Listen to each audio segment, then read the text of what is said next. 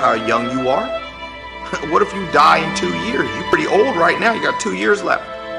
And if you're 50 years old and you're feeling discouraged, well, remember the advice about planting a tree. When's the best time to plant a tree? 20 years ago or today? So if you're 50 and you feel like life left you behind, well, get started right now. Better late than never. Better late than never.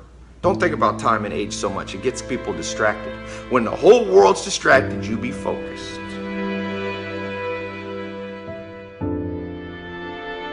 You have to trust your own voice, your own ideas, your honesty, your vulnerability, and through this you will find your way.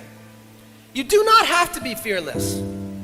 Just don't let fear stop you. Live like this as best you can, and I guarantee you will look back on a life well lived. You are capable of greatness in your profession, and more importantly, in your quality of self. Stay hungry.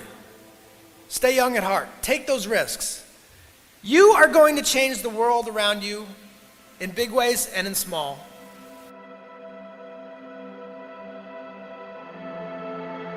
When I got into comedy at 27, I had a turnback moment, man. It was the day I was gonna quit. Because I had had enough, man. I was living in this car for 3 years, man. I ain't got no money.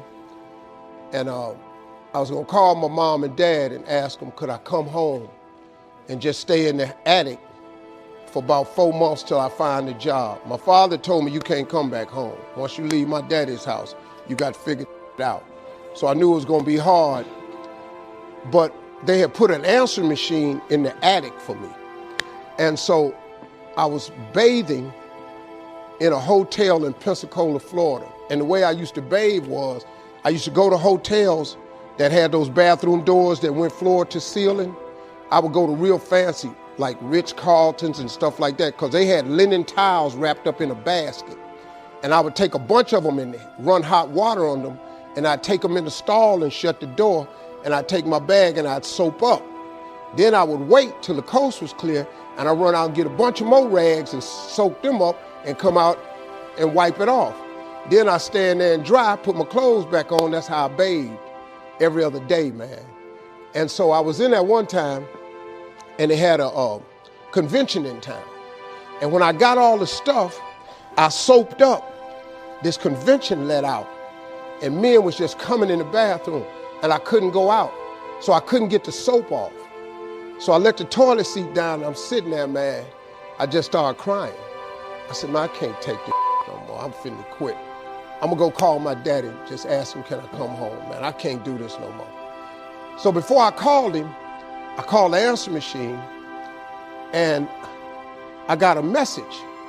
And it said, Steve Harvey, this is Chuck Sutton from Showtime at the Apollo. We saw a tape of you. If you would come to New York Sunday night, this was a Thursday, come to Sunday night, we're gonna put you on TV, Showtime at the Apollo. Put me on TV, that was my dream. But I had a problem. I had $25, and I couldn't get to New York. How was I gonna get to New York with $25? So I said, man, I went back in my car and I'm crying again. I said, man, God, I finally get a shot to get on TV and then I can't even go. I said, how could you do this to me? You know, I'm 30-something now, man. I've been waiting my whole life and you get me here?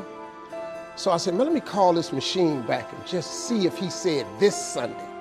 And I called it back, and it said, Steve, this is Chuck Sutton from Showtime at the Apollo. We saw a tape. We have an opening for you Sunday.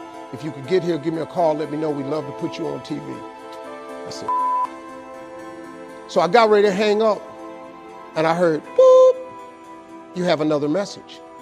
And I punched in the code, and the message said, Steve Harvey, this is Tom Sobel from the Comedy Caravan.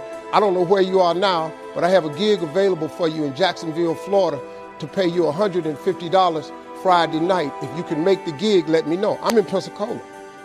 So I called Tom Sobel.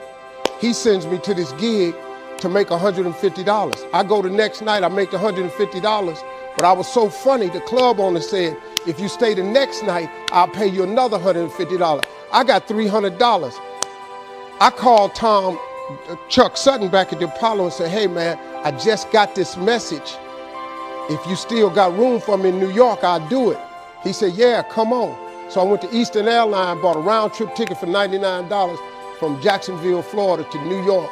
performed on Showtime at the Apollo, wrote the joke that made me famous. Mike Tyson hit this fighter Mitch Green in the eye, and his eye started talking.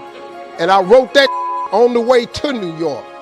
Got a standing ovation on the Apollo. I have been on television ever since that night right there. That was